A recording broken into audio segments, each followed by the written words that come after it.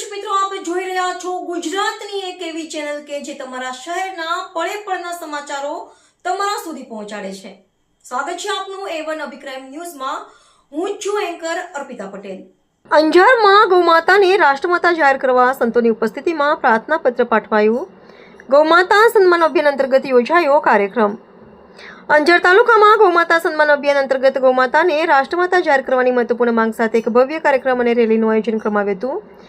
અંજારના ઐતિહાસિક જયેશ્વર મંદિર ખાતે મોટી સંખ્યામાં ગૌભક્તો અને સંતોની ઉપસ્થિતિમાં કાર્યક્રમ સંપન્ન થયો હતો. અભિયાનનો સન્માનનો મુખ્ય ઉદ્દેશ સરકાર સમક્ષ ગૌમાતાને રાષ્ટ્રમાતાનો દરજ્જો આપવા માટે વિનંતી કરવાનો હતો, જેના ભાગરૂપે કાર્યક્રમમાં ઉપસ્થિત તમામ લોકો એકસોરે આ માંગને ટેકો જાહેર કર્યો હતો. આ પ્રસંગે અંજીર મહંત સસ્મિદાનંદ પૂજ્ય ત્રિકમદાસજી મહારાજ, રત્નાલ મંદિરના ભગવાનદાસજી મહારાજ તેમજ સ્વામિનારાયણ મંદિરના સંતો અને જૈન સંતો વિશેષ રૂપથી ઉપસ્થિત રહ્યા હતા. ગૌભક્તો દ્વારા અગાઉથી નક્કી કરવામાં આવ્યું હતું કે સ્થાનિક ચૂંટણીઓના કારણે 27 તારીખના બદલે આ કાર્યક્રમ 7 તારીખે રાખવામાં આવ્યો હતો, જેમાં અંજાર તાલુકાના લાગણીશીલ ગૌપ્રેમીઓ અને સમગ્ર સનાતન ધર્મના સંતો મોટી સંખ્યામાં જોડાયા હતા.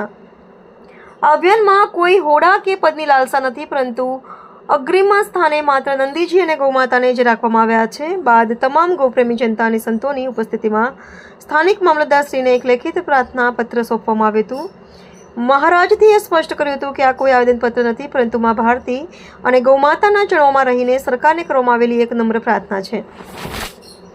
તેમનું રક્ષણ અને સંવર્ધન થાય તેવો અમદાભાસ સાથે આ પત્ર આપન કરાયો હતો. સમગ્ર કાર્યક્રમનું સંચાલન પૂજ્ય ત્રિકમદાસજી મહારાજના માર્ગદર્શન હેઠળ ગૌમાતા સન્માન અભિયાનની ટીમ દ્વારા ખૂબ જ સુઆયોજિત રીતે કરવામાં આવ્યું હતું. આ પ્રસંગે પૂર્વ રાજ્યમંત્રી વાસણભાઈ આહિર, વિવિધ સમાજના આગેવાનો અને ગૌભક્તો મોટી સંખ્યામાં ઉપસ્થિત રહ્યા હતા.